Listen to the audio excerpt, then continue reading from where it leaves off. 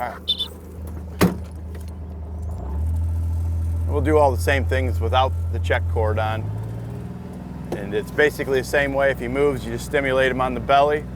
You're just taking one more, I call it a step, one more step away by taking the check cord off.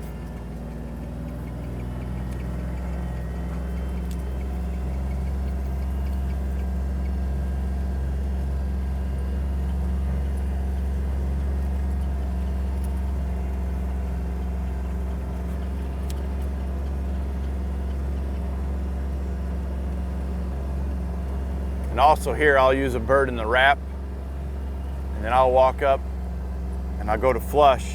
I'll also, instead of just flushing the bird out of the wrap, I'll take a pigeon with me and interlock its wings and set it on the ground to, I guess, entice the dog maybe to move forward or get more intense. If he moves forward, then I'll make my corrections.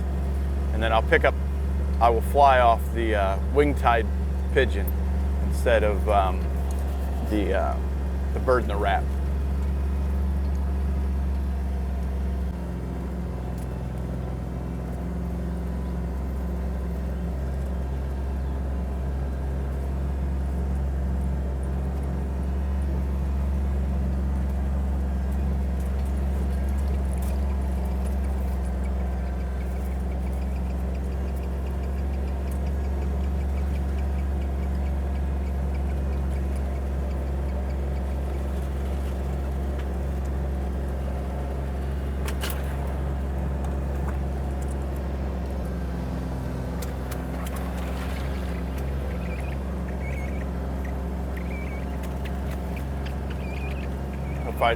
We'll try to find somewhere it's got a good breeze.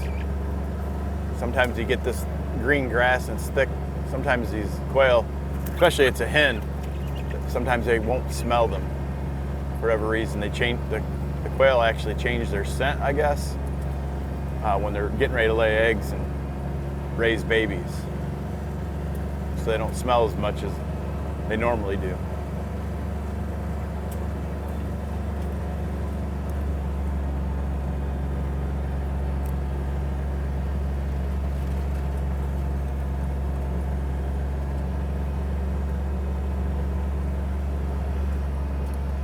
Come on, boy.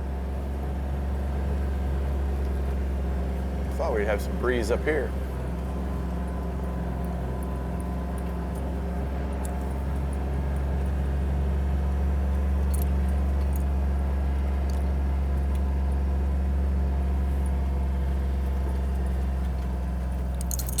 I guess I should say too, like these dogs I run off a machine, they've been walked a lot and run all over the place. And then I did the same thing. I ran them off the machine popping pigeons and Johnny house birds.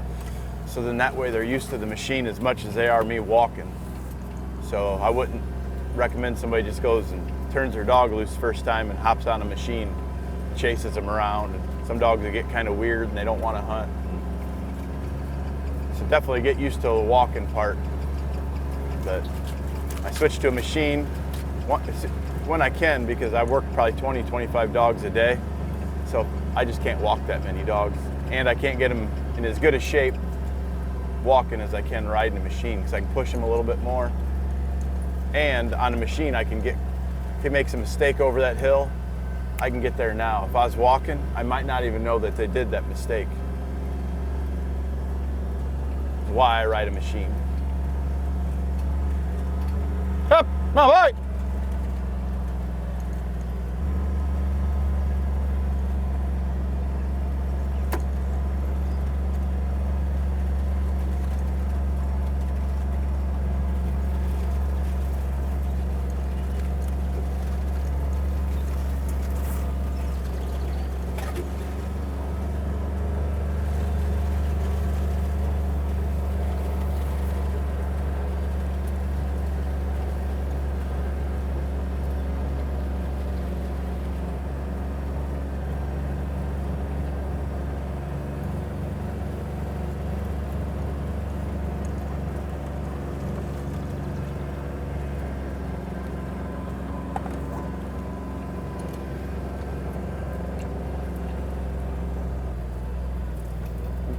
This dog also, from the videos before, we did all the collar work on the neck too. So if I blow this whistle and he doesn't turn, I can stimulate him on the neck until he knows how to shut the collar off. So I hit that whistle twice, if he doesn't turn, I can hold the button down until he turns. As soon as he turns, I let off the button. And it's same with the here command. If he doesn't come to me, well, we set in the command earlier on with all the collar work we did earlier. So if he doesn't come to me, I'll blow the whistle, tell him here. If he doesn't, then I stimulate him on the neck until he comes all the way in. Come on, Big.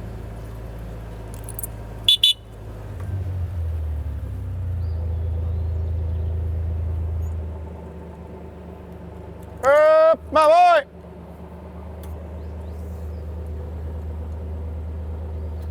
What's coming right up along here?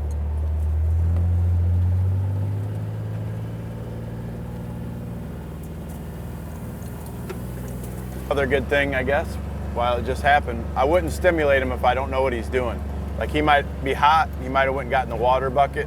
I want to be able to see him anytime I make any real corrections or stimulations.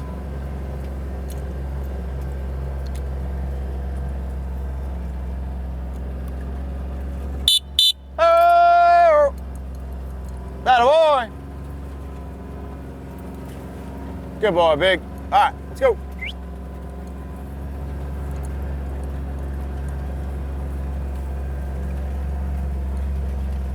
Up.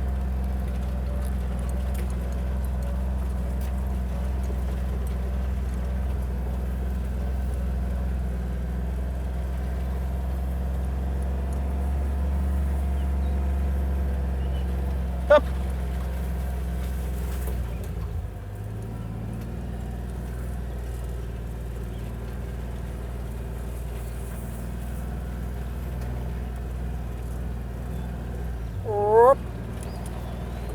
So here we took the check cord away and he's pointing bird. So if he makes a step forward, I will stimulate him on the belly. If it's a little step, I'll just stimulate him and make him stop. But if he steps more than one or two, I'll stimulate him and I'll pick him up and set him back. But I'll still walk to him, like right there he made it. So I'm gonna stimulate him.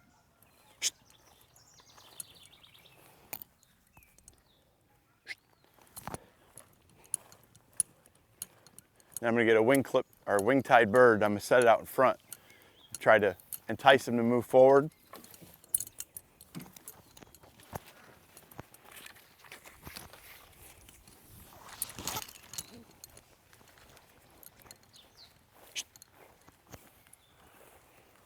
There he took 2 steps. So I'm gonna stimulate him and set him back. But since we woe broke that way before, with the birds and everything, he should lose no intensity when you set him back. Guys that pick a dog up, shake him, flush and whip him, whatever they do, when they set that dog down, he just melts and looks like crap. Where this dog, I set him back and he looks as good as you're gonna get, and they all do when you woe break them the way that I woe break them and the way that I do the bird work.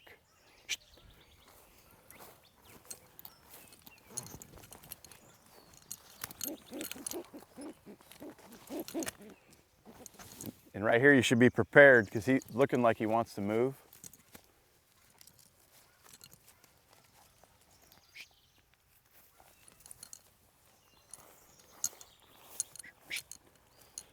So I'm going to come back here, just pick him up here, stimulate him lightly on the belly, and stroke him back up.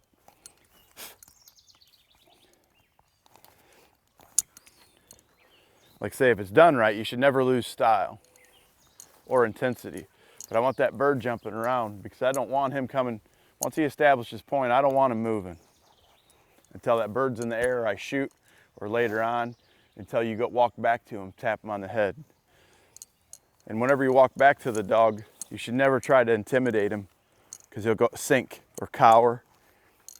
He should have confidence that what you're doing with him, he already should know, and he should have the confidence that you're not going to do anything to really be harmful or to really intimidate him, because they'll start sinking, laying down, moving away, and they'll start blinking birds. So you just don't want that. Anything negative to him. Like if I stimulate him right here, I'm not the one doing it. Now when I pick him up and stimulate him, he might think I'm doing it, but it's not heavy enough that it will hurt him. And it's a lot of repetition, over and over and over. See, like right there, he moved forward again. I stopped him. I'm gonna style him back up.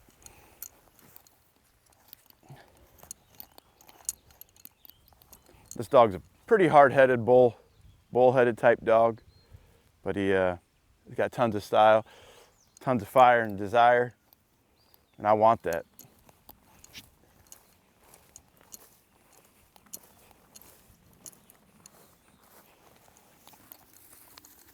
See, he's anticipating there a little bit, but I'll let him get away with it. Up! Here, Spur. Here.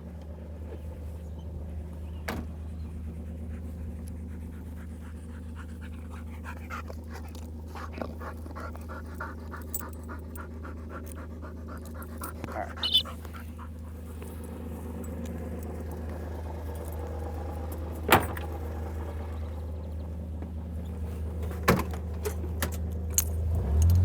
And we'll do the same things with the check cord off.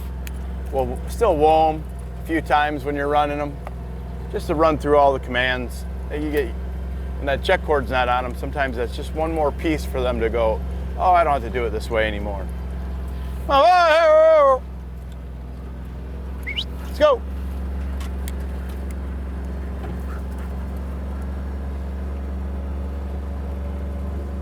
Easy. Whoop. Whoop. Same thing, if he has to move, I should be able to get off this machine, walk up there to him and tap him on his head. Whoop.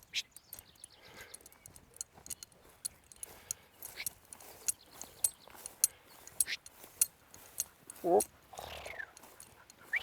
Whoop. All right. So same thing, blow the whistle twice or tap them on the head or tell them okay, and they should release. A lot of times I teach them those different ways to release or handle. Like if I want to turn him, I can either blow the whistle twice or hup them, because a lot of times you'll forget your whistle. Do a wild bird hunting or something and you forget your whistle, you still want to go hunting, you don't want to drive all the way home. Up, let's go!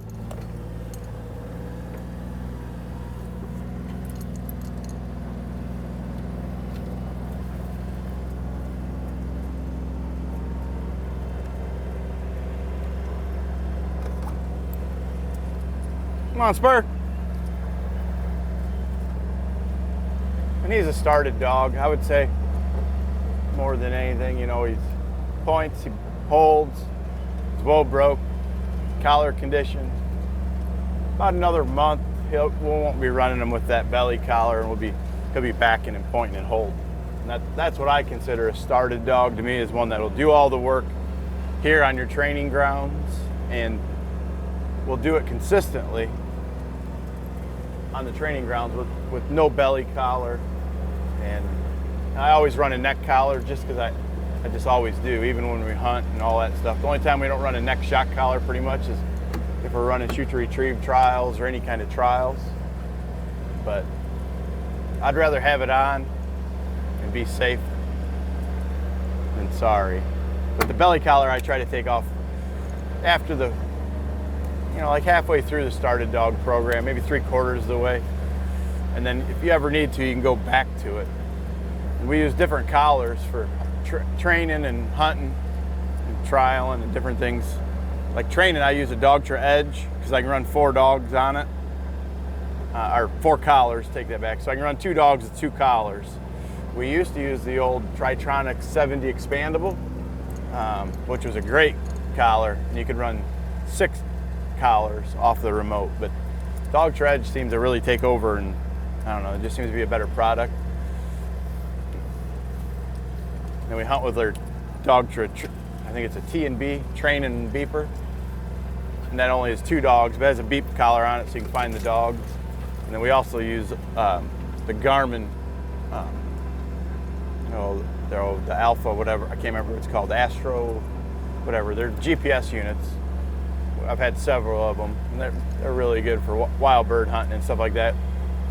And some guys use them for training, because if you lose a dog or whatever.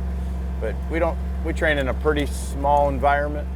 You know, it's like 60 acres or whatever, and it's halfway fenced in. We very seldom have a dog leave the field.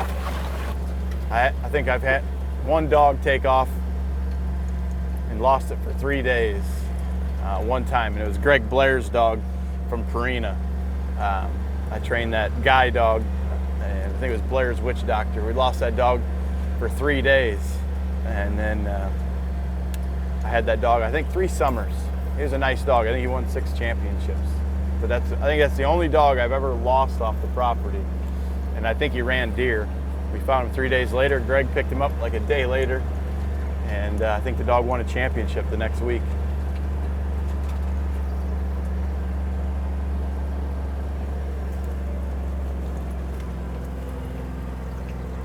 But we'll do the same thing here. No check cord. If he points the bird nice, we get out front, we'll flush. If he moves, we stimulate him on the belly.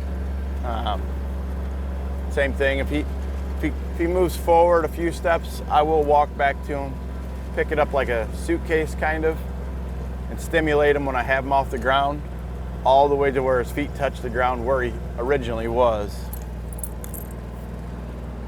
Oh! Try to find an area with some breeze.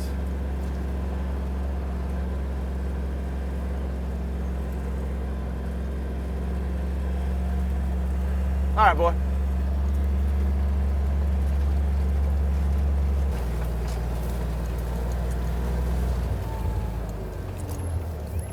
So this is with Spur here. I'm gonna get a pigeon, walk out front.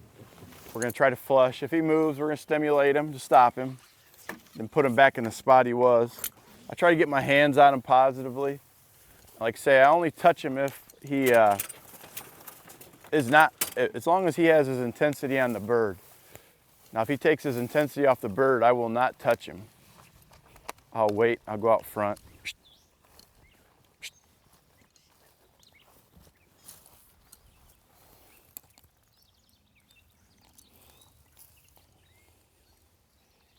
He's staying good and intense. I'm gonna walk out here.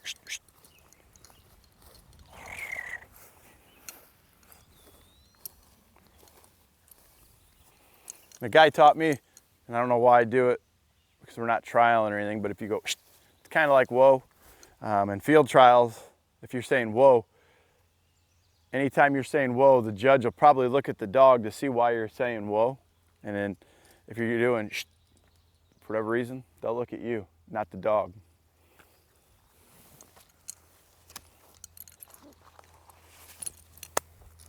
I'm gonna interlock one's wings. And all you do is, some people might not know, you just take it like this, you go around one time, and you go around again. And it doesn't hurt them, but you don't want to leave it that way for very long and then think he's gonna fly away, because they get stiff and they won't be able to fly, and you can create some real issues. As long as he's not moving, I'm gonna walk to him and get my hands on him.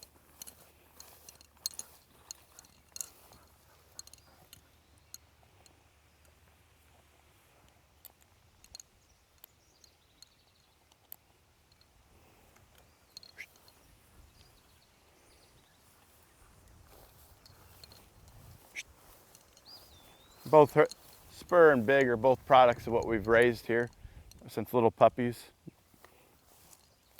And they might have some future here, I don't know.